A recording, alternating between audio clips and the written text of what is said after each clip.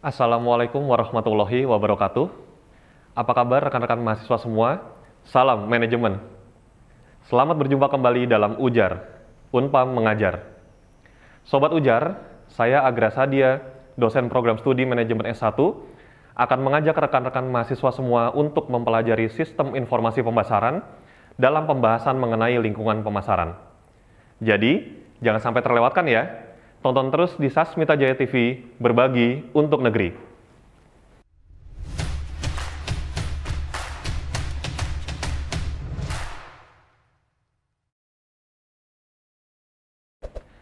Pada pertemuan kali ini, materi utama yang akan kita pelajari adalah untuk mengetahui apa saja yang termasuk ke dalam lingkungan pemasaran eksternal dan internal, serta bagaimana pengaruh lingkungan bisnis terhadap kinerja pemasaran produk.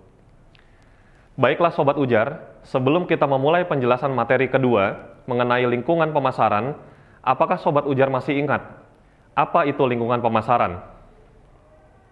Nah, di sini saya akan jelaskan. Menurut Armstrong, lingkungan pemasaran merupakan komponen kekuatan-kekuatan di luar aspek pemasaran yang dapat mempengaruhi kemampuan manajemen di dalam membangun dan memelihara hubungan dengan pelanggan yang terdiri dari lingkungan eksternal makro dan internal mikro. Apakah Anda mengetahui jenis-jenis lingkungan pemasaran yang Anda ketahui? Yang pertama yaitu lingkungan ekstern. Lingkungan ekstern terdiri dari semua pihak yang berada di luar perusahaan. Lingkungan ekstern dapat dibedakan menjadi dua bagian, yaitu lingkungan ekstern makro dan lingkungan ekstern mikro. Yang kedua yaitu lingkungan intern, atau lingkungan yang terdapat di dalam perusahaan itu sendiri. Lingkungan intern suatu perusahaan sebaiknya dapat dikendalikan oleh perusahaan itu sendiri. Namun, pada kenyataannya, lingkungan intern ini sangat sulit untuk dapat dikendalikan. Lingkungan intern terdiri dari beberapa aspek antara lain sebagai berikut. Aspek pemasaran, aspek penelitian dan pengembangan, aspek operasi, aspek SDM, aspek yuridis, aspek keuangan, seperti yang akan kita bahas berikut ini. Baiklah Sobat Ujar, yang pertama akan kita bahas yaitu aspek pemasaran.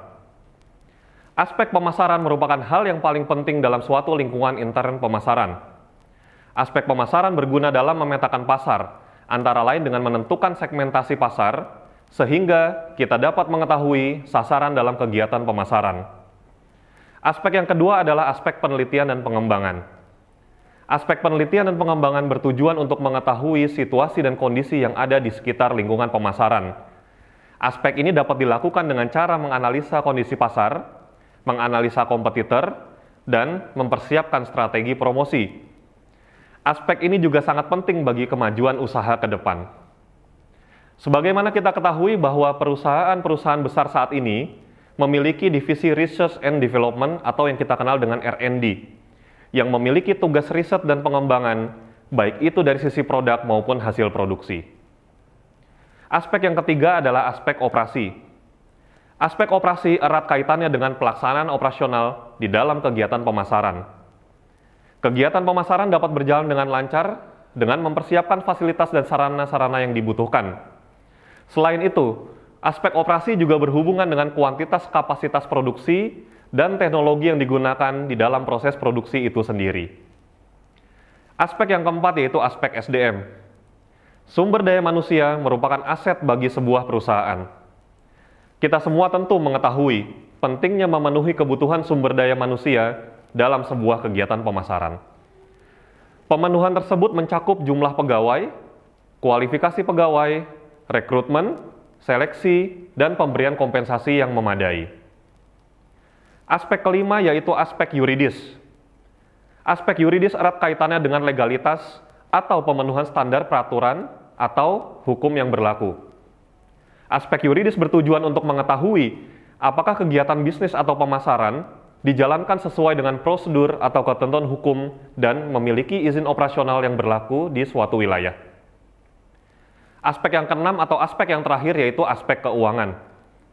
Aspek keuangan merupakan aspek yang digunakan dengan tujuan untuk mengetahui kondisi keuangan perusahaan, serta dalam rangka efisiensi biaya yang digunakan di dalam kegiatan pemasaran sebuah perusahaan. Lalu, bagaimana pengaruh lingkungan bisnis terhadap kinerja pemasaran produk? Kawasan bisnis dan pemasaran dapat mendorong munculnya peluang-peluang bisnis baru yang lebih menarik. Akan tetapi, di pihak lain dapat menjadi penghambat untuk kesuksesan aktivitas bisnis di perusahaan yang lain. Nah, sebagai contoh, karena pengaruh perkembangan lingkungan luar bisnis yang tidak begitu sukses di pasaran, dapat menjadi strategi manajemen perusahaan lain yang digunakan sebagai tolak ukur. Lalu, bagaimana sebenarnya lingkungan pemasaran mempengaruhi kinerja bisnis atau pemasaran? Stay tune terus ya.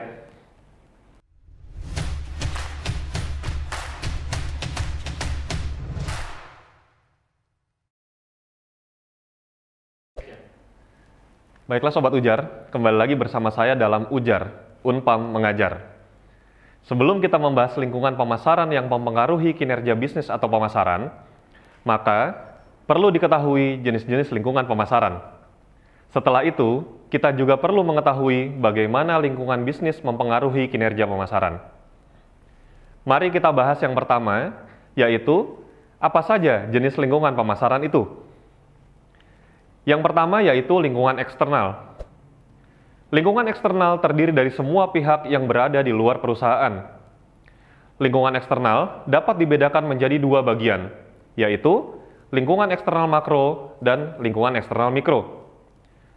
Masa lalu, perubahan atau kejadian yang dialami pada salah satu atau beberapa aspek lingkungan eksternal makro, pengaruhnya dirasakan oleh perusahaan yang bersangkutan dalam jangka waktu yang cukup lama. Saat ini, teknologi informasi telah berkembang sangat cepat, menimbulkan pengaruh perubahan faktor lingkungan eksternal makro yang dirasakan langsung oleh perusahaan. Misalnya, dengan banyaknya pakaian impor yang masuk dari China atau yang masuk ke dalam negeri dengan harga murah, maka dalam jangka waktu yang sangat singkat akan mengakibatkan banyaknya produksi dalam negeri yang hancur karena tidak mampu bersaing. Lingkungan eksternal makro terdiri dari aspek-aspek yang disingkat dengan akronim Ipolek Sosbud Hankam TK, yaitu yang pertama, ideologi. Ideologi pandangan hidup seluruh rakyat Indonesia adalah Pancasila. Setiap sila yang terdapat pada pandangan hidup ini menjadi sikap dasar yang mewarnai sikap dan perilaku masyarakat di Indonesia. Yang kedua yaitu politik. Aspek politik berpengaruh terhadap perorangan dan juga perusahaan.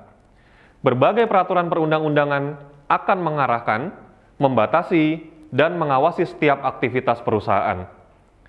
Yang ketiga, ekonomi. Perkembangan perusahaan dipengaruhi kondisi ekonomi secara nasional. Pada masa inflasi, di mana uang yang beredar di masyarakat terlalu banyak. Yang keempat, yaitu sosial dan budaya. Indonesia mempunyai sosial dan budaya yang beraneka ragam. Keragaman sosial budaya ini akan berpengaruh terhadap sikap dan perilaku konsumsi di masyarakat. Yang kelima yaitu pertahanan dan keamanan. Aspek pertahanan dan keamanan langsung atau tidak langsung berpengaruh terhadap keputusan berbagai pihak, termasuk investor yang akan berinvestasi di Indonesia. Yang keenam yaitu teknologi. Teknologi sangat penting bagi perkembangan perusahaan. Banyak negara yang dikenal sebagai negara penghasil produk yang berkualitas baik karena menggunakan teknologi yang tinggi. Yang ketujuh adalah alam. Negara kita memiliki wilayah dengan lebih dari 14.000 pulau yang tersebar dari Sabang sampai Merauke, beriklim tropis dan banyak pegunungan. Keadaan ini merupakan anugerah yang sangat luar biasa bagi Indonesia, karena tingkat kesuburan tanah yang baik dan sejahtera. Lingkungan eksternal mikro, pengaruh lingkungan eksternal mikro pada umumnya dirasakan langsung atau dalam jangka pendek oleh perusahaan setelah suatu peristiwa terjadi. Lingkungan eksternal mikro dari beberapa pihak bisa dijelaskan sebagai berikut. Yang pertama adalah pemilik perusahaan, yang kedua karyawan, yang ketiga pesaing atau kompetitor, yang keempat pemasok, yang kelima pelanggan, dan yang terakhir atau yang keenam adalah serikat pekerja. Untuk lebih jelasnya, mari kita bahas satu persatu poin-poin tersebut. Baiklah, yang pertama yaitu pemilik perusahaan. Pemilik perusahaan adalah founder atau pemegang saham utama dan terbesar dalam sebuah perusahaan. Pemilik perusahaan biasanya bertindak sebagai komisaris utama dan tidak berhubungan secara langsung dengan kegiatan operasional perusahaan. Namun pemilik perusahaan juga memiliki wewenang di dalam menentukan arah bisnis perusahaan, serta menentukan visi dan misi yang akan dicapai oleh perusahaan. Yang kedua adalah karyawan. Karyawan merupakan ujung tombak perusahaan yang harus di-maintain dengan baik. Karyawan merupakan aset dari sebuah perusahaan. Karyawan juga merupakan bagian yang menentukan maju atau tidaknya sebuah perusahaan. Nah, sebagai contoh, bagaimana karyawan dapat diberikan fasilitas dan kompensasi yang baik, sehingga karyawan tersebut dapat bekerja dengan baik. Yang ketiga adalah pesaing atau kompetitor. Pesaing merupakan kompetitor dalam sebuah usaha atau bisnis. Biasanya, pesaing atau kompetitor memiliki bidang usaha yang sejenis, sehingga dapat dikategorikan sebagai pesaing usaha. Yang keempat adalah pemasok. Pemasok merupakan pihak penyedia produk atau pelayanan, baik itu terhadap individu maupun perusahaan. Pemasok berperan dalam menyediakan barang dan layanan yang berkualitas tinggi kepada distributor agar dapat dijual kembali ke pasaran. Yang kelima yaitu pelanggan. Pelanggan adalah individu atau rumah tangga yang membeli barang atau jasa yang dihasilkan dalam sebuah kegiatan perekonomian. Yang keenam atau yang terakhir yaitu serikat pekerja. Serikat pekerja organisasi yang bertujuan untuk meningkatkan kesejahteraan pekerja, antara lain dengan cara menjamin keamanan dan kenyamanan karyawan dalam lingkungan kerja.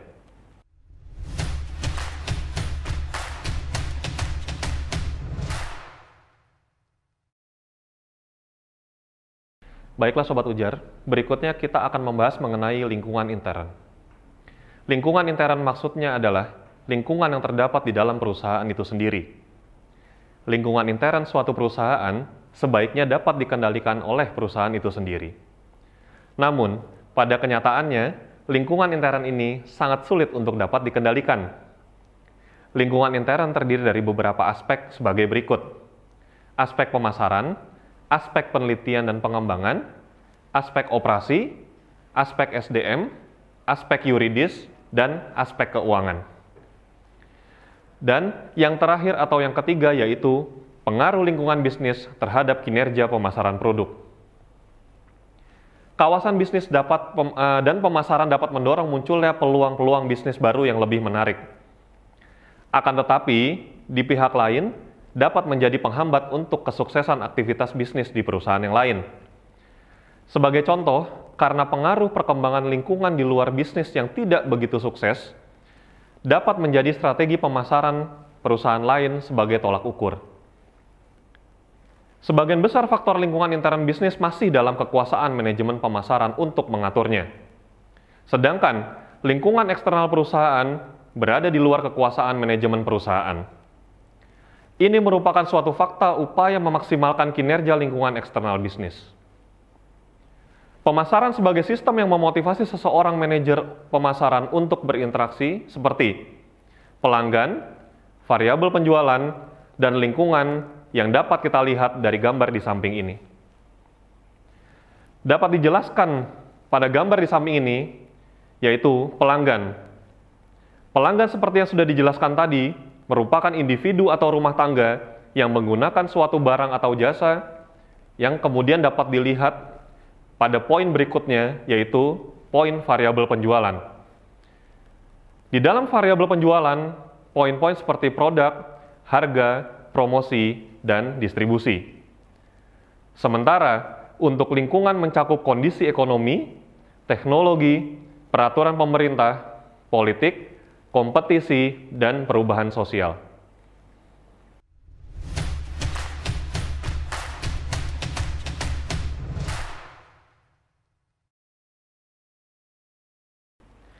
Baiklah Sobat Ujar, telah saya uraikan materi terkait lingkungan pemasaran. Sekarang, saya memiliki pertanyaan untuk mengetahui sejauh mana pemahaman kalian tentang lingkungan pemasaran. Nah, coba kalian sebutkan apa saja yang termasuk lingkungan pemasaran eksternal dan apa saja yang termasuk lingkungan pemasaran internal, serta bagaimana pengaruh lingkungan bisnis terhadap kinerja pemasaran produk. Nah, Sobat Ujar, silahkan kalian bisa menjawab sesuai dengan apa yang telah dijelaskan tadi.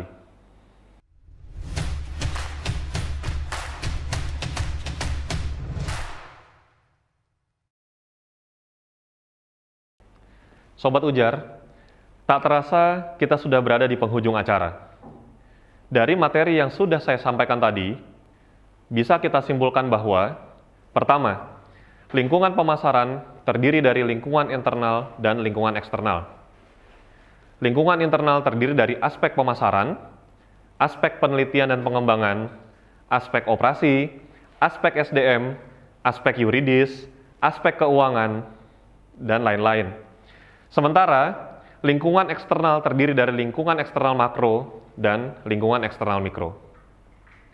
Dari pembahasan yang telah diuraikan tadi, dapat dilihat bahwa pengaruh lingkungan bisnis terhadap kinerja pemasaran produk dapat mendorong munculnya peluang-peluang bisnis yang baru dan lebih menarik.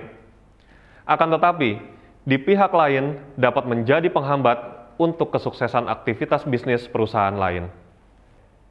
Sobat Ujar, demikianlah yang dapat saya sampaikan pada materi kedua kali ini. Semoga dapat membawa wawasan dan menambah pengetahuan bagi rekan-rekan mahasiswa, khususnya mengenai lingkungan pemasaran dalam ruang lingkup sistem informasi pemasaran. Saya, Agra Sadia, mohon undur diri. Sampai bertemu kembali di episode berikutnya. Tetap sehat, tetap semangat, dan teruslah berkarya. Karyamu memajukan bangsa dan negara. Salam ujar dan salam manajemen.